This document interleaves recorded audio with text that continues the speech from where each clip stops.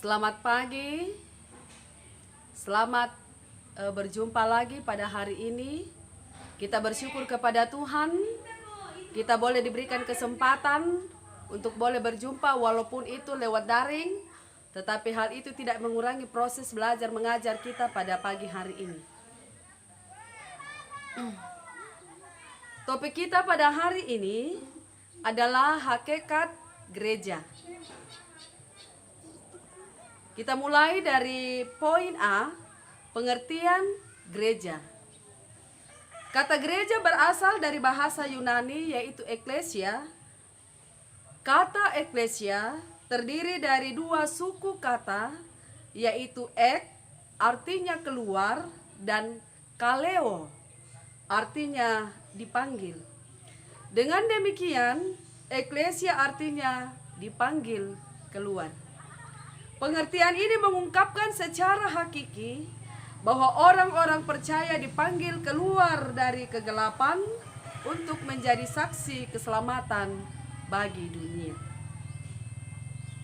Selanjutnya, Michael Griffiths mengemukakan bahwa istilah eklesia itu berkembang dalam berbagai bahasa dengan pengertian, misalnya dalam bahasa Inggris church, Jerman Kirche, Belanda Kerk, Portugis Igreja, Perancis Englische, Jepang Kyokai,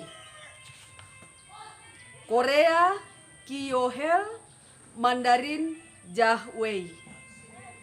Di Indonesia kata gereja itu sendiri diambil dari kata igreja dari bahasa Portugis. Gereja dipahami sebagai persekutuan orang percaya. Gereja sebagai institusi atau lembaga dengan tugas utamanya ialah koinonia, marturia, dan diakonia. Tugas utama gereja adalah koinonia, marturia, dan diakonia. Poin B, tugas dan panggilan gereja.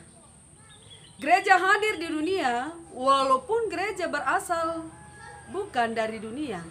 Karena itu gereja terpanggil untuk 3 hal: bersaksi, melayani, dan bersekutu. Bersaksi. Gereja terpanggil untuk memberitakan Injil Kerajaan Allah kepada dunia. Itu boleh kita baca dalam Kisah pasal 1 ayat 8. Dari Yerusalem sampai ke ujung bumi. Matius 28 ayat 19 sampai ayatnya yang ke-20.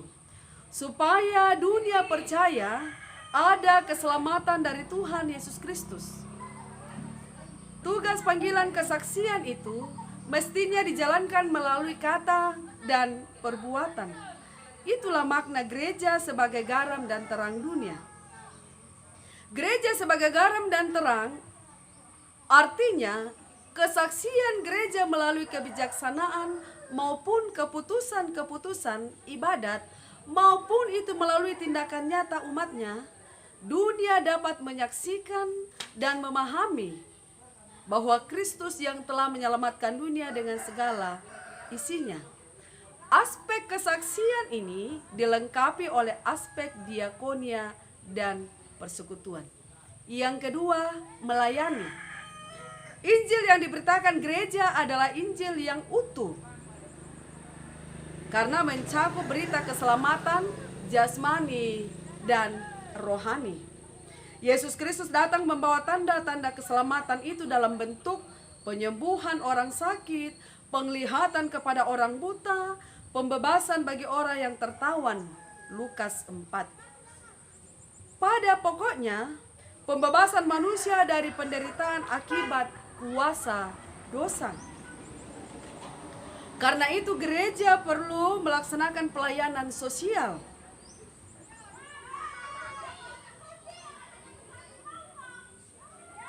Atau diakonia. Pelayanan diakonia sering diartikan dalam rangka pemberian bantuan yang bersifat insidental atau sewaktu-waktu saja. Misalnya pada bantuan pada janda, anak yatim, fakir miskin, pada hari-hari raya gerejawi. Padahal Sebenarnya pelayanan diakonia mengandung arti yang lebih dalam dari itu.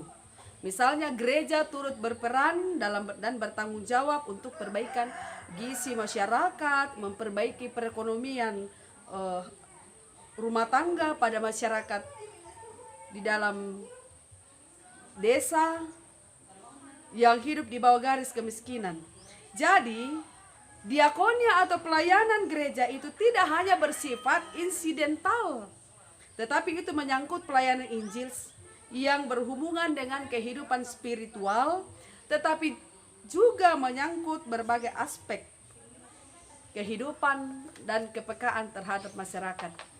Yang ketiga, bersekutu. Gereja terpanggil untuk bersekutu. 1 Petrus pasal 2 ayat 9 sampai 10.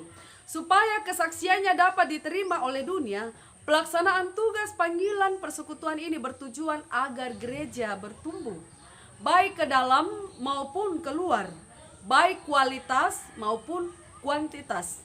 Itulah sebabnya ada tugas panggilan intern gereja yang dilaksanakan melalui ibadat, sekolah minggu, katekisasi, dan pengajaran agama Kristen.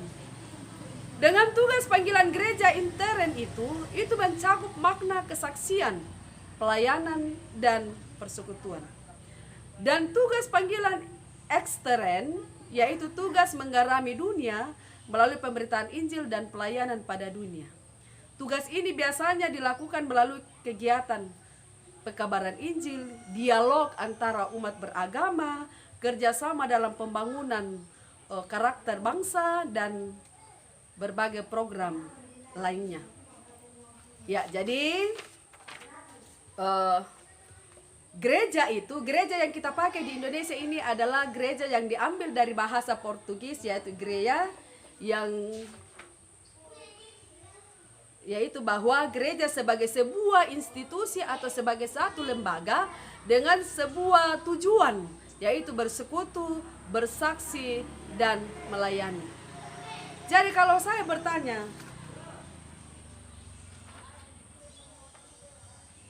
gereja terpanggil, 3 panggilan gereja atau 3 panggilan gereja adalah: pertama,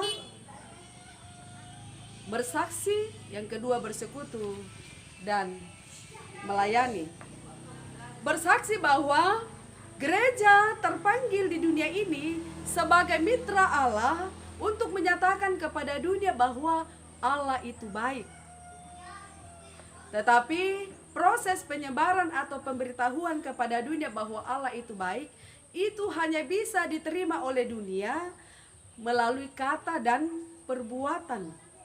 Jadi kata dan perbuatan ini harus sejalan. Dan itulah yang biasa disebut dengan karakter. Jadi karakter itu ialah kata dan perbuatan itu sejalan. Kita berbicara, kemudian perbuatan membuktikan. Kita mau mengatakan kepada dunia bahwa Yesus Kristus itu adalah Allah yang penuh kasih. Dunia tidak bisa menerima kalau kita tidak menyatakan dalam bentuk perbuatan. Karena itu gereja tidak hanya berbicara atau berkhotbah, tetapi misi dari gereja ialah menghadirkan kesejahteraan bagi dunia. Hal yang kedua, jadi memang bahwa gereja diutus untuk bersaksi melalui kata dan perbuatan. Yang kedua, melayani. Gereja tidak hanya fokus pada kebutuhan berbicara tentang hal-hal rohani, tetapi gereja lebih kepada pelayanan diakonia atau yang berhubungan dengan jasmani. Alangkah tidak adilnya jika seseorang mengatakan bahwa saya orang gereja, tetapi ia tidak punya kepedulian atau ia tidak peka dengan orang-orang yang ada di sekitarnya. Karena itu salah satu pelayanan yang sangat melekat dari gereja ialah diakonia. Hanya sebahagian gereja melihat atau menganggap pelayanan diakonia ini sebagai insidental, atau bahwa pelayanan diakonia ini hanya dilakukan pada hari-hari tertentu. Misalnya hari raya Paskah atau hari raya Natal, lalu gereja sibuk membuat program-program diakonia. Padahal semestinya tidak. Mengapa? Karena salah satu tanggung jawab gereja, karena gereja ini bukan berasal dari dunia, tapi dia berasal dari Allah. Kemudian dia turun ke dalam dunia, maka salah satu hakikat dari gereja itu ialah pelayanan diakonia yang nyata, yang tidak bersifat insidental atau bersifat hari-hari khusus. Tetapi pelayanan gereja adalah pelayanan Injil yang berhubungan dengan spiritual dan juga tidak bisa dipisahkan dari seluruh aspek kehidupan umatnya. Jadi gereja juga bertanggung jawab dalam hal memerangi kemiskinan, dalam hal memerangi sakit penyakit, dalam hal pembangunan bangsa dan negara, dalam hal perbaikan karakter anak bangsa. Gereja harus terlibat dalam setiap program-program pemerintahan. Karena itulah salah satu tujuan gereja ada di dunia. Yang ketiga, bersekutu. Karena tidak cukup kalau kita bersaksi kepada orang lain bahwa Allah itu baik, kemudian kita berbuat baik, lalu kita menyatakan kepekaan. Tetapi salah satu ciri khas dari gereja ialah bersekutu. Banyak orang mengatakan begini, saya tidak perlu pergi gereja karena saya orang baik, saya tidak menyakiti orang lain, saya tidak perlu lagi bersekutu. Ya, saudara-saudara, gereja tidak cukup tanpa bersekutu. Karena melalui persekutuan seperti itu, misalnya melalui ibadat, ada pelayanan yang sedang berjalan. Panggilan gereja lewat persekutuan melalui ibadah itu disebut bersekutu dalam hal intern. Ada panggilan-panggilan intern.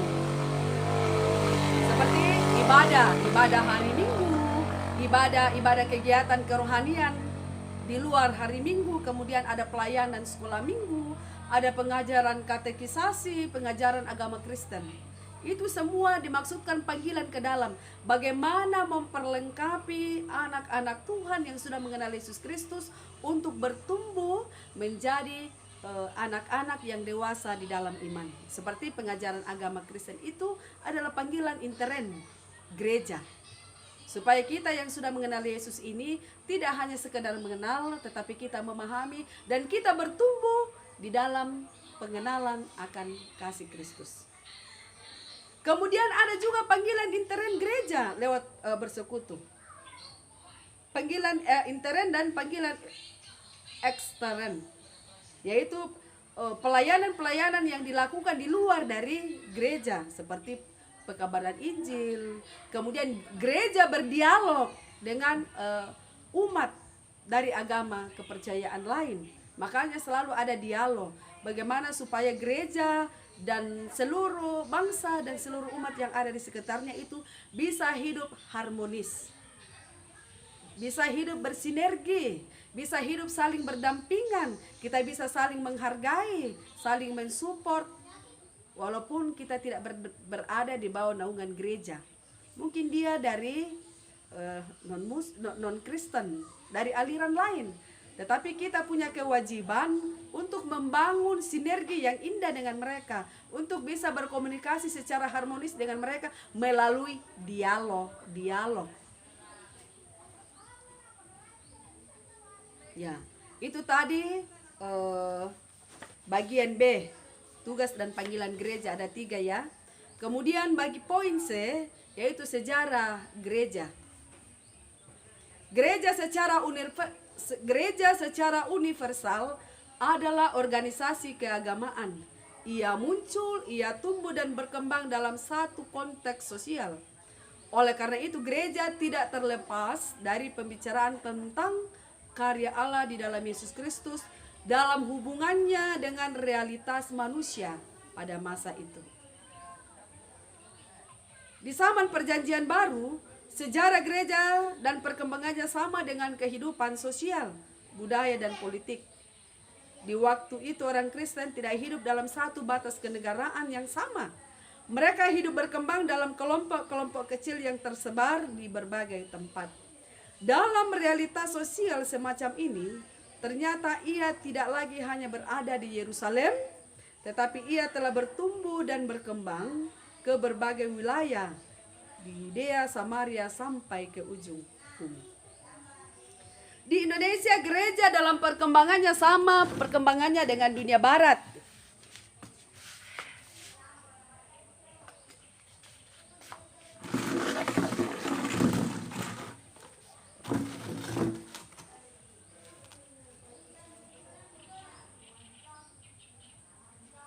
Pada permulaan pergerakan kemerdekaan Indonesia, gereja-gereja berada dalam kedudukan yang mendua. Pada satu pihak, gereja terikat pada kesatuan etnis, tetapi pada pihak lain, gereja dituntut mengambil bagian dalam gerakan nasional sebagai satu bangsa, yaitu bangsa Indonesia.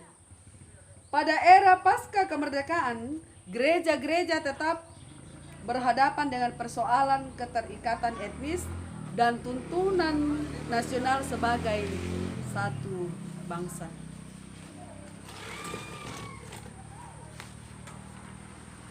Dalam kondisi bermasyarakat, berbangsa dan bernegara di Indonesia, maka gereja harus menerima kenyataan akan tuntutan kemajemukan masyarakat. Dan itu mengacu pada misi bersama dalam Pancasila.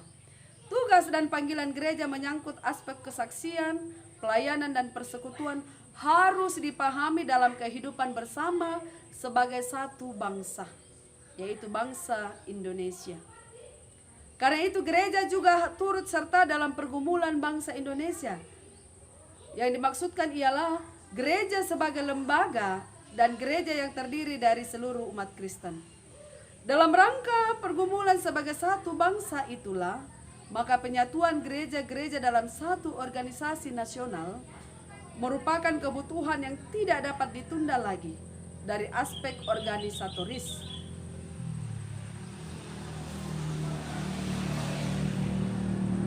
Dengan penyatuan gereja di Indonesia, maka pada langkah selanjutnya diupayakan kerjasama dan dialog dengan agama-agama lain dalam rangka mewujudkan kepentingan nasional Indonesia berdasarkan semangat Kristus yang menghendaki semua manusia ciptaannya saling mengasihi dan hidup dalam persaudaraan dan damai sejahtera.